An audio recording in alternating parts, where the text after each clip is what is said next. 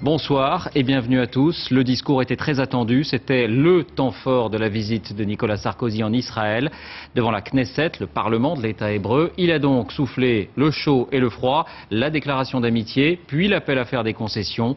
Un peu avant, il s'était recueilli au mémorial de l'Holocauste. Sur place à Jérusalem, Michael Darmon, Francis Forget. Le premier geste de Nicolas Sarkozy à Jérusalem.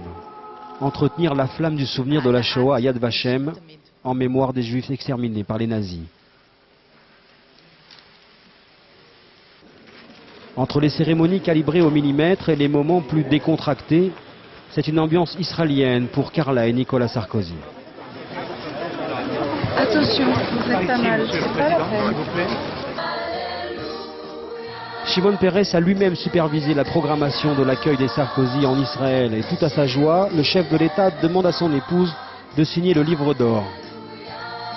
Just beside me, Carla, Williams Sarkozy.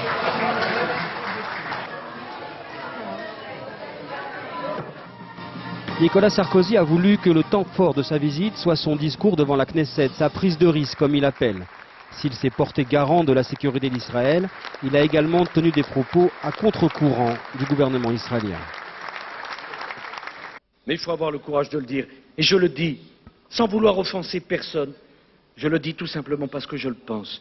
Il ne peut y avoir de paix sans l'arrêt de la colonisation. Il ne peut pas y avoir de paix, même si je sais combien le sujet est douloureux, sans la reconnaissance de Jérusalem comme capitale de deux États et la garantie de la liberté d'accès aux lieux saints pour toutes les religions. Ami déclaré d'Israël, Nicolas Sarkozy se verrait bien endosser le costume d'un médiateur au Proche-Orient, mais au service d'une paix qui ne se profile toujours pas à l'horizon. Bonsoir Charles.